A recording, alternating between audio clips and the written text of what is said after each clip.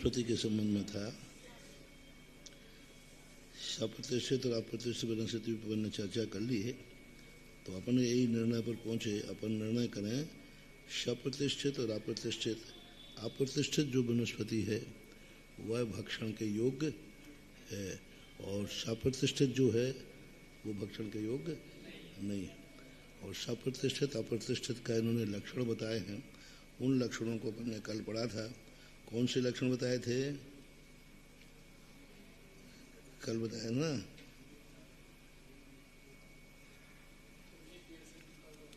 हाँ, वो कल आया था। वो टूट के लग जाता है,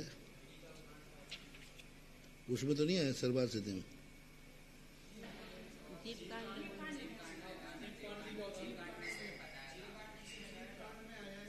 जीव का वो लक्षण उन्होंने दिया है। उस लक्षण से बहुत कुछ स्पष्ट होता है। हाँ, तो वो लक्षण से बहुत कुछ स्पष्ट हो रहा है कि जिनमें समभाग न हो, पुनः बोने पर उसकी अंकुरित न हो। बीज नहीं, बीज तो अंकुरित होते ही है। कंद, उनके टुकड़े लगाने पर लग जाए, जैसे अदरक। अदरक क्या होता है? वो टुकड़ा लगा देते हैं, लग जाए। आलू भी क्या होता है? टुकड़े लग जाए। तो वो चीजें विशेष रूप से सप्रतिष्ठित होती हैं,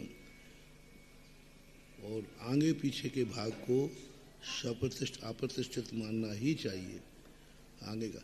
और मध्य का जो भाग होता है सभी में नहीं होता। केले वगैरह में, अनार में, अब अंगूर में भी होता हो तो पता नहीं, होता तो होगा। सेवफल में होता है। हाँ, वो उसका सप्लाई करने का साधन वही है, तो उसको अपन निकाल सकते हैं। बाकी और सबको अप्रतिष्ठित है मानना चाहिए। आगे पीछे का भाग तो है ही।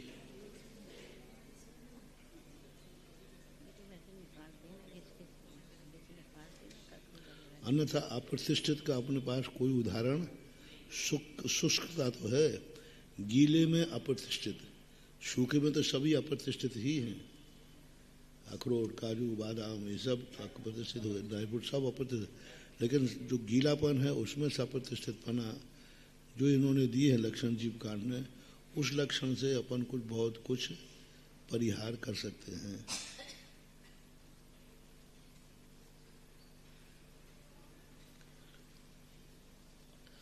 और इस चीजों में ज्यादा डिस्कशन के चक्कर में नहीं पड़ना। कौन क्या कर रहा है अपन को इस तरफ नहीं जाना। यदि मान लो अपन को थोड़ा बहुत समझ में नहीं आ रहा है तो अपना चुपचाप बिना बोले त्याग कर दो।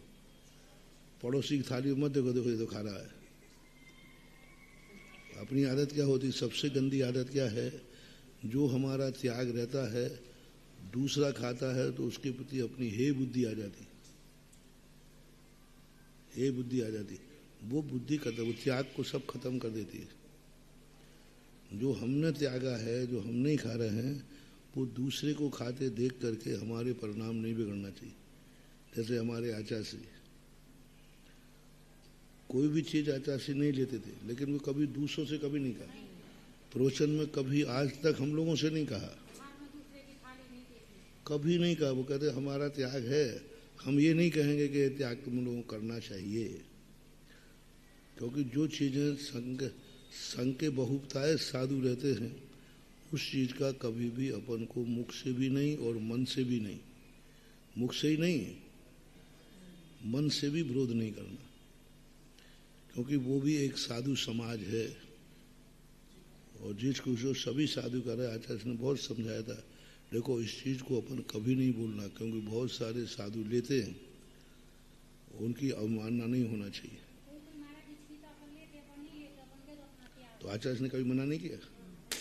आज तक कभी आचार्य ने भक्षावक्ष पे प्रवचन दिए? अवक्ष पे तो दिए हैं। अवक्ष का बात अलग है कि भाई अपक्ष जो स्पष्ट ही नाम लेके अवक्ष आया है। ऐसी चीजें जिसमें डाउटफुल है तो भले ही आचार्य ने स्वयं बंद कर दी, लेकिन शिष्यों तक के लिए उस संबंध में कुछ नहीं है। सिंगाड़ा आचार्य ने कभी नहीं लिया, लेकिन जब बीच में शिष्यों की बात आई तो बोले हम मना नहीं करेंगे। और आप नहीं लेते हो तो आचार्य ने कहा ये हमारी मर्जी है, हमारे मन में विकल्प आ गया हम छोड़ दिया, लेकिन हमें विकल्प आ गया इसलिए हम सबका त्याग करा देंगे। बाद में सिंगाड़ा कितने लोग लेते संग में लिया, औषधि बन गई वो। मैं कह रहा हूँ वो भी दिया गया, वो भी दिया गया औषधि के रूप में। अभक्ष नहीं, शास्त्रों में उसको अभक्ष नहीं लिखा, नाम लेकर के लिखा हो वो तो ठीक है, सर्वथा अपन को नहीं लेना। जिसके संबंध में डाउटफुल है तो उसके संबंध में बहुबीजक है तो बहुबीजक की परिभाषा बनाओ, क्या बनाओगे? पपीता तो पपीता बहुबीजक में आएगा कि नहीं? इतने सारे रखे रहते हैं, बने हुए रखे रहते उसमें कहीं कटे। तो कुछ चीज़ें क्या है, कुछ क्रिया का, कुछ क्रिया कांडी लोग जो है इसी में उलझ जाते हैं और इसी में ज़्यादा हो है करके स्वयं राग द्वेष करते हैं, दूसरों से राग द्वेष करते हैं। इसलिए अपन को आहार संबंध में ज़्यादा राग द्वेष भाव नहीं करना, जो अपनी मर्जी पड़े सो उतना लो, आगम से विरुद्ध नहीं हो, अभक्ष नहीं हो, अपनी चर्या के लिए बाधक न हो, बस यही है। बहुत हमने आचार्य से देखे, मतलब उनके कितने त्याग थे, लेकिन वो त्याग का प्रभाव कभी संघ के लिए किया हो, दबाव दिया हो, या क्लासों में लेकर के दंगे प्रवचन किए हों, जैसे हम लोग उत्तेजित होकर छोड़ दें। और आचार्य जिस चीज़ पे बोलेंगे उनके भाव हो ही जाएंगे। आचार्य जिस चीज़ पे बोलेंगे कि चीज़ गलत है तो हम लोगों के भाव तो तुरंत हो ही जाते थे। आचार्य ने बोला नहीं और शाम को लाइन लग गई, हमारा त्याग, हमारा त्याग, हमारा त्याग।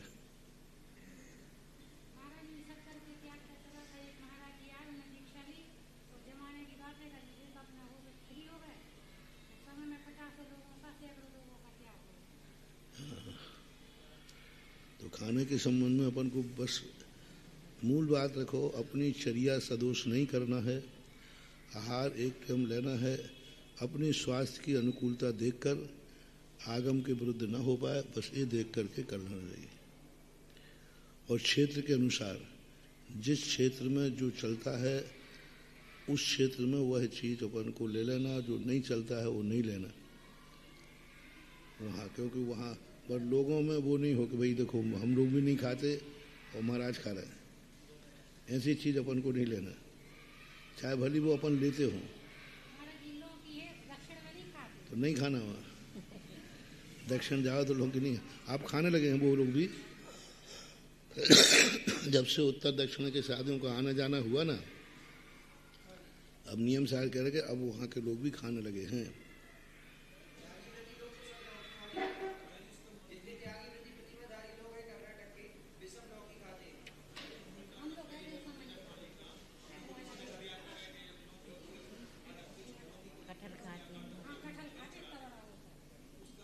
हाँ, कुछ ना कुछ कारण बना हुआ।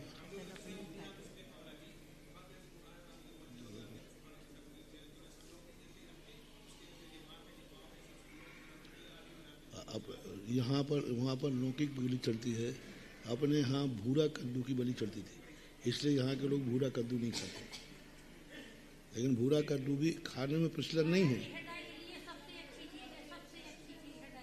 कौन सी? भूरा कद्दू निषेध नहीं है बिल्कुल भी। काय के लिए? अरे भूरा कद्दू लेने में कोई बाधा नहीं है, बात तो यहाँ अपने एरिया में लेते नहीं है। दक्षिण भारत के सब त्यागी वृत्ति भूरा कद्दू खाते हैं।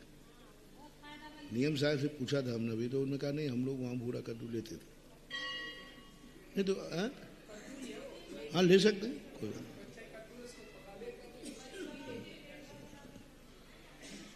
और आपसी में बैठे बैठे भी सुनो, सभी कथाओं में आहार कथा भी कथा पहली है। 4 कथाएं अभी कथाएं है ना, उनमें आहार कथा पहली है। आहार करने के बाद आहार की चर्चा नहीं, अपने आहार की भी नहीं और दूसरे के आहार की भी नहीं। पर वो तुम्हारा नवोकार मन पड़ गया ना सिद्ध भक्ति के बाद, सिद्ध भक्ति के बाद अब आहार करोगे तो चर्चा करोगे तो आहार करने का दोष आएगा। भी कथा है इसलिए भी कथा में रखा, यदि तुम आहार की आचार्य से कभी चर्चा नहीं, आहार की चर्चा नहीं, दूसरे के लिए, स्वास्थ्य के लिए करना अलग चीज़ है। अपने भोजन की चर्चा करना, दूसरे के भोजन की चर्चा करना, इसी चर्चा करते वो ये खा रहा है, वो ये खा रहा है, ये खा रहा है, इसके राग द्वेष नहीं करना।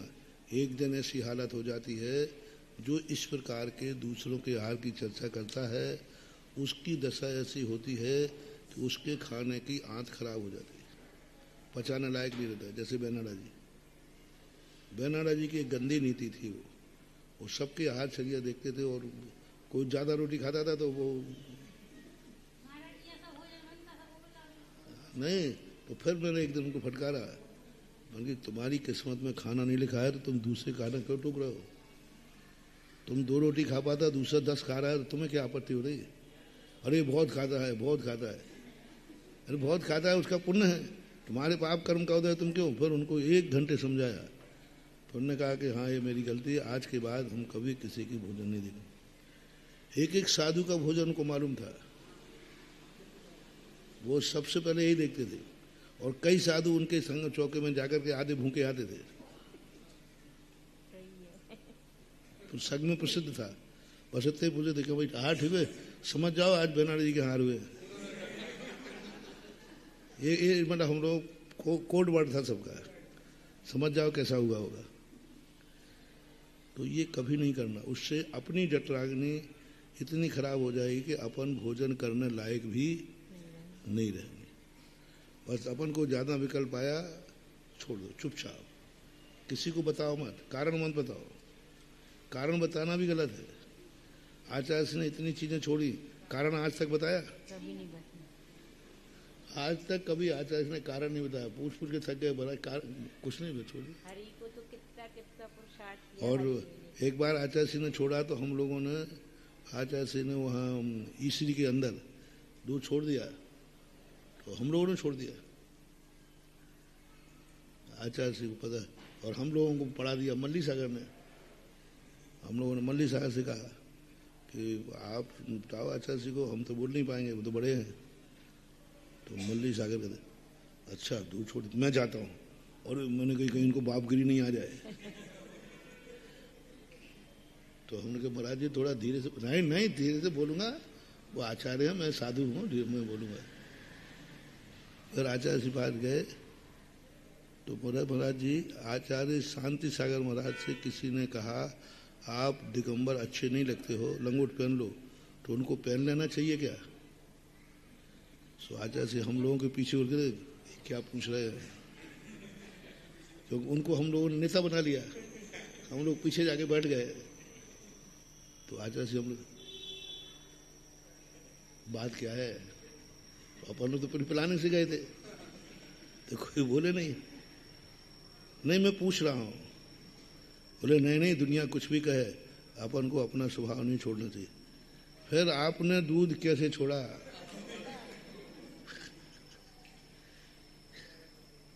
किसी ने कह दिया तो, पर आचार्य हम लोग, तुम लोग लाए हो गए।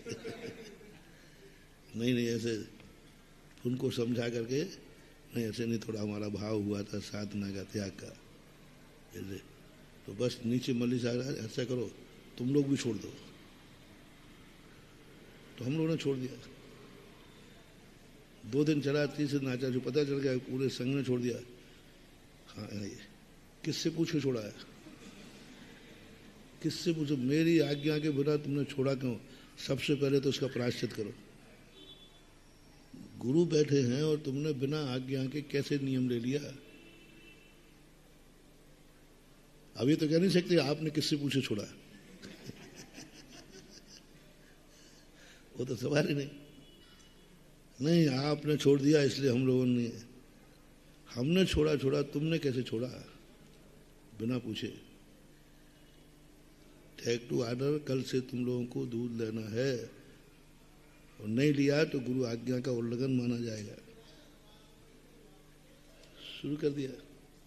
फिर अंत में जाके एक दिन हम लोग 2-3 महाराज थे, क्षमा साहे थे, हम थे, एक और थे। बोले महाराज जी आप तो बता दो कि ये बताओ कि आपने छोड़ा क्यों, नहीं बताओ, पर कब तक के लिए छोड़ा तब बता दो। तो हम लोगों को थोड़ा सा चेहरा उदासीन हो गया, आंसू भी आ गए। और जितना बता दो आपने कब तक के लिए छोड़ा? बोले किसी से बोलना मत, अभी हमेशा के लिए नहीं छोड़ा, अभी दिवाली था। हमने फिर कोई बात, भादों की लगभग की बात है, दिवाली तक की बात उन्होंने कही, तो हम लोग समझ चलो कोई बात, दिवाली तक का है। कहने का भाव है कि उन्होंने इतना त्याग किया, लेकिन अपने त्याग को, अपनी इच्छा कभी अपने शिष्यों पर भी थोपी नहीं कि हम त्याग कर रहे हैं तो तुम भी करो मैं ये कर रहा हूँ तुम भी करो। और उपदेश में भी अभक्ष का उपदेश तो दिया है खूब, लेकिन किसी चीज के लिए दबाव नहीं दिया। हाँ, अपनी शक्ति प्रमाण रखो, आकुलता नहीं हो। हाँ, खाने में गिरधता मत रखो, ये तो सब चीज है। गिरधता का अर्थ क्या होता है? अति खाना, अपना जितना स्वार्थ है थोड़ा बहुत ले लिया, ठीक। क्योंकि सबकी प्रकृतियां अलग अलग होती हैं। कई बार कर साधुओं को कोई चीजें ऐसी हैं जो बोई पथ्य हैं, दूसरापन पथ्य दे नहीं सकते। अब कई साधुओं को सिंगाड़ा की रोटी के अलावा कोई पच ही नहीं सकते, अन्न नहीं ले सकते। तो आचार्य ने कहा अभक्ष, मैंने कब कहा अभक्ष नहीं है, हमारे मन में भाव आ गया तो मैंने छोड़ दिया। पर उन्होंने कभी, तो ऐसे ही अपन को रखना है, कभी भी आहार की चर्चा, आहार की बात करना ही नहीं। अच्छा आहार हुआ तो ठीक है, बुरा आहार हुआ तो ठीक है। बुरा आहार कहने से श्रावक को दुख होता है, उसको पता चल जाए कि आज आहार अच्छा नहीं था, तो उसको मालूम चले तो कैसा लगेगा उसको? बहुत बुरा लगता है।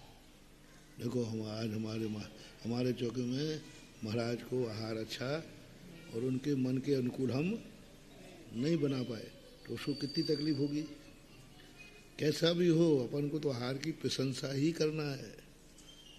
नहीं, बहुत अच्छा था, बहुत बढ़िया था, थोड़ा हमारा ही स्वास्थ्य खराब था थोड़ा, पर आपने कम क्यों लिया? वो भाई नहीं रहा तो तुम्हारे यहाँ से बनाया नहीं, वहाँ क्या बोल रहा, आज हमारा स्वाद थोड़ा ठीक नहीं था इसलिए हमने कम लिया। उसको महसूस नहीं होना चाहिए। अंतराय के दिन चेहरा बिल्कुल हंसता हुआ होना चाहिए, लाल टमाटर जैसा हंसता हुआ। उसको ऐसा नहीं लगे कि देखो अंतराय होने से महाराज का चेहरा उतरा हुआ दिख रहा है। जिस दिन अंतराय हो उस दिन तो बिल्कुल ऐसे हंसना चाहिए जैसे कि 56 भोग खा के आए हो व्यंजन क्योंकि श्रावक की श्रद्धा बहुत अटूट है। वो अंतराय अपन को होता है, उसके प्राण निकल जाते हैं।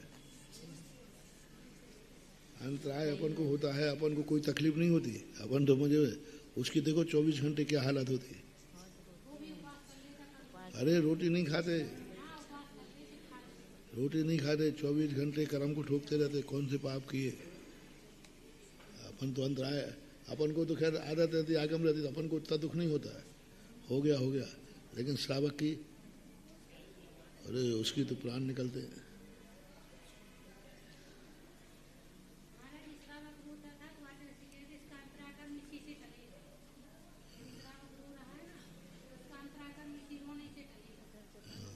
होते ही है।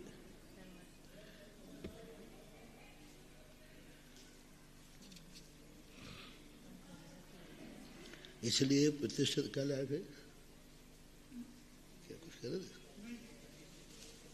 ठीक नहीं हो गया, कल तो अपन पढ़ लिया था। तो इस प्रकार से वनस्पतियों के संबंध में अपन इतने है वैश्वत है, और हारियों में अपने कम से कम कर लो, सबसे बड़ी चीज है। एक हरी से चलता तो एक कर लो, 2 से चलता 2 कर लो, 4 कर लो, बस। झगड़ा डंडा खाना क्या है, इतना है कि रोटी रुच जाए, पेट भर जाए, बस है ना। तो अपने सीमा बांध ली भाई, अपन को 2 लेना, 4 लेना, बस।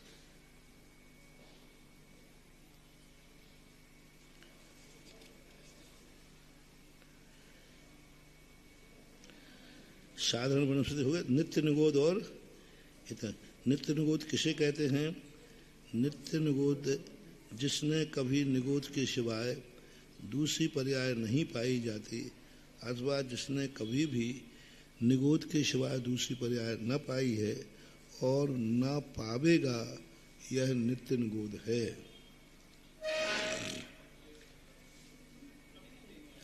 अब हाँ, अभी इसको बता रहा हूँ।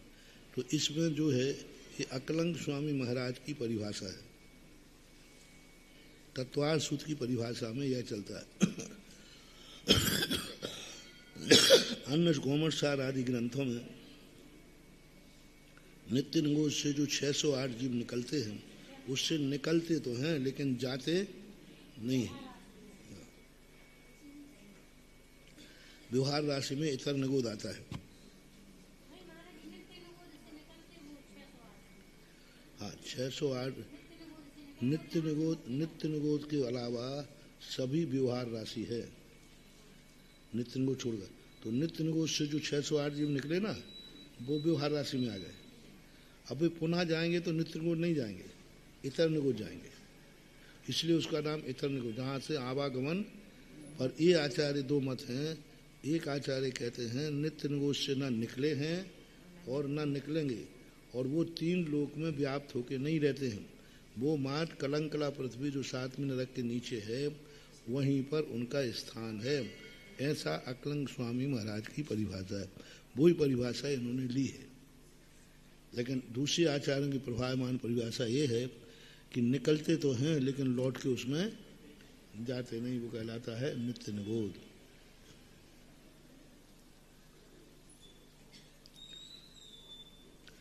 इसलिए दोनों परिभाषाओं को याद रखना। ये भी इतर निगोद किससे कहते हैं? जो निगोद से निकलकर दूसरी पर्याय पाकर फिर निगोद में उत्पन्न होता है, उसे इतर निगोद कहते हैं। जो निगोद से निकलकर दूसरी पर्याय पाकर पुनः निगोद में जाता है, इतर निगोद। तो ठीक है, इसमें कोई बात नहीं। इसमें सभी आचार्यों की मान्यता एक समान ही है।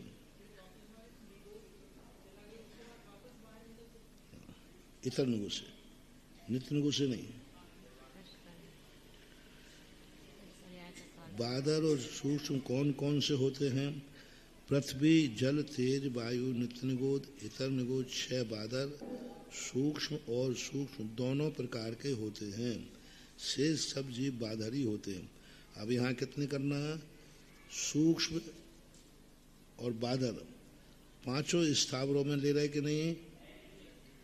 पांचों। वनस्पति के तो 2 भेद किए, साधारण वनस्पति के नित्य निगोद नहीं, साधारण वनस्पति के 2 भेद किए ना, एक नित्य निगोद, इतर निगोद। सूक्ष्म और बादल। अब साधारण असाधारण का सब निकल चुका। साधारण के 2 भेद किए थे। साधारण कितने थे? नित्य निगोद, इतर निगोद। पहला तो किया था त्रस स्थावर, त्रस में विकलेंद्रिय, स्थावर में 5, जल अग्नि। स्थावर के भी 2 भेद, सप्रतिष्ठित नहीं, सप्रतिष्ठित और अप्रतिष्ठित। और उसके बाद हाँ, वनस्पति में प्रत्येक और साधारण, प्रत्येक और साधारण। तो वनस्पति के 2 भेद। तो प्रत्येक तो अपन को मालूम चल गया, एक शरीर है। साधारण अनेक जीवों का एक शरीर होता है। अब साधारण के कितने भेद हो गए थे? 2, कुछ भेद नहीं, सप्रतिष्ठित अप्रतिष्ठित, 2 ही भेद थे ना।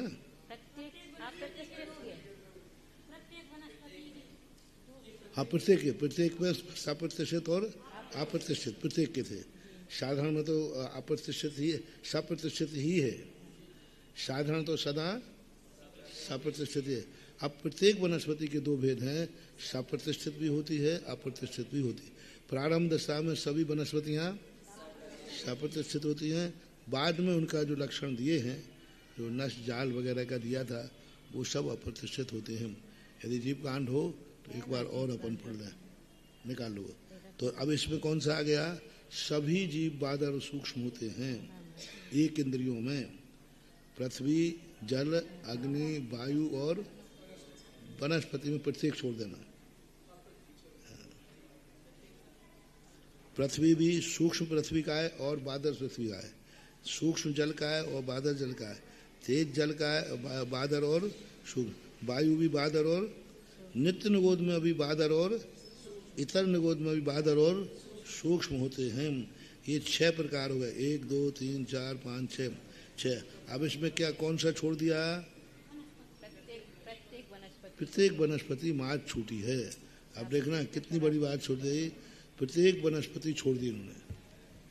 अब इतर निगोद और नित्यगोद किस में आएंगे? साधन में आएंगे। प्रत्येक वनस्पति ना वो तो बादर ही होते हैं, क्योंकि उनकी अवगाहना बहुत बड़ी होती है।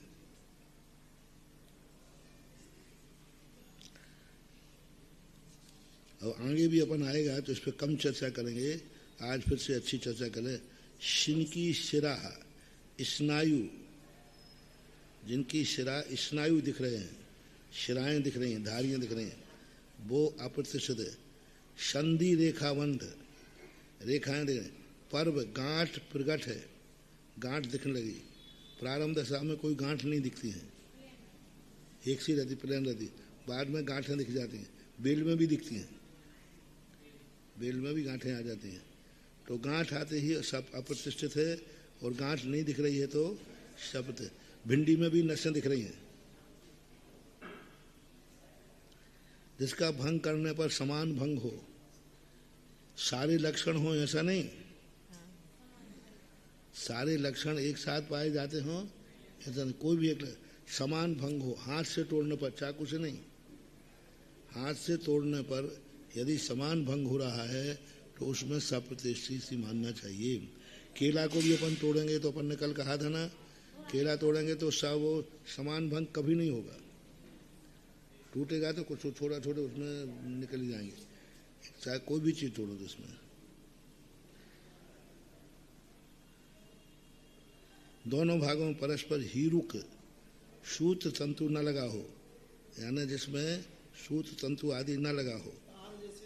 हाँ, तार निकल रहा है तो वो सप्रतिष्ठित है। यदि किसी को तोड़ने पर वो तार निकल रहा है तो सप्रतिष्ठित है। छेदन करने पर जिसकी पुनः वृद्धि हो जाए, छेद करने पर लगा दें तो अब ये जितने फल हैं इनमें फल में कौन सा है जो काटने के बाद लग जाएगा? आलू, एप्पल वगैरह, एप्पल कोई भी फल काटने में नहीं लगता है, पुनः लग जाए वो सप्रतिष्ठित ही है, क्योंकि वो लगना उसमें जब ही जीव आ रहा है जब उसमें अंशपना है, नहीं तो बीज आना चाहिए। इनको सप्रतिष्ठित प्रत्येक वनस्पति कहते हैं, और जो इससे विपरीत चिन्ह रहते हैं वे अप्रतिष्ठित कहलाते हैं।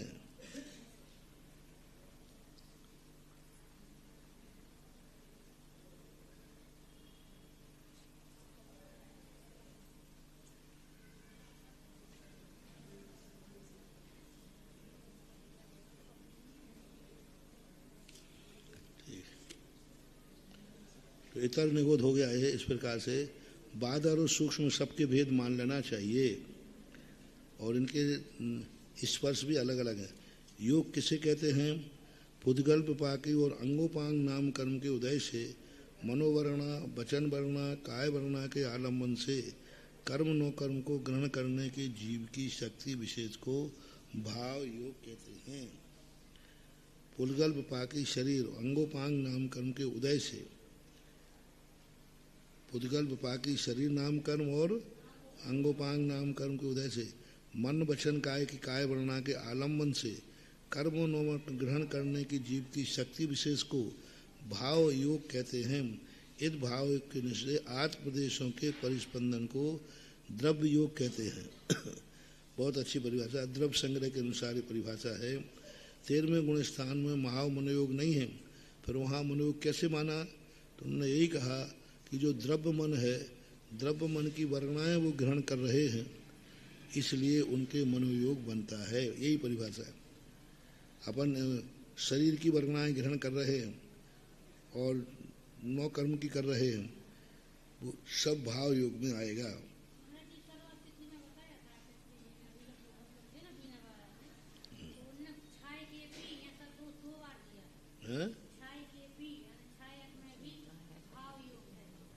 भाव है ना, क्योंकि वो द्रव्य वर्णाएं ग्रहण कर रहे हैं, नौ कर्म वर्णा ईर्यापत हो ही रहा है, और द्रव्य जो मन कर्म है 8 पाखुड़ी वाला, उसकी वर्णाएं वो निरंतर ग्रहण कर रहे हैं, तो उनके भाव योग बन जाता है, ऐसा मत।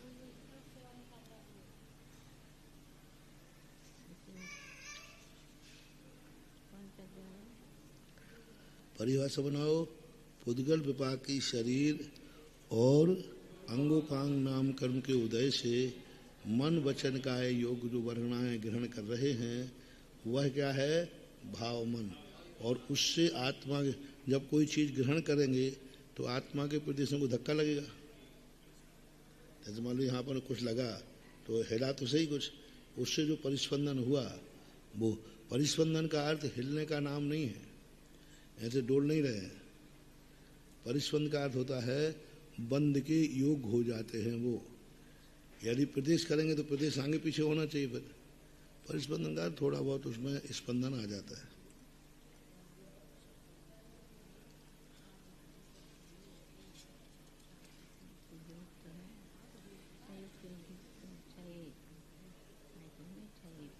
अब मन चंचल होता है तो चंचल होकर बाहर घूमने थोड़ी चला जाता है। जैसे परिस्पंद का अर्थ क्या? चंचल है, हिलने डुलने का नाम नहीं है ये। हिलने डुलने का अर्थ है परानमुखी हो जाना। मन कोई बाहर निकल के थोड़ी चला जाता है। बस ये है कि जिस विषय में अपन लगा रहे थे उसमें ना लग करके दूसरे में जाता है।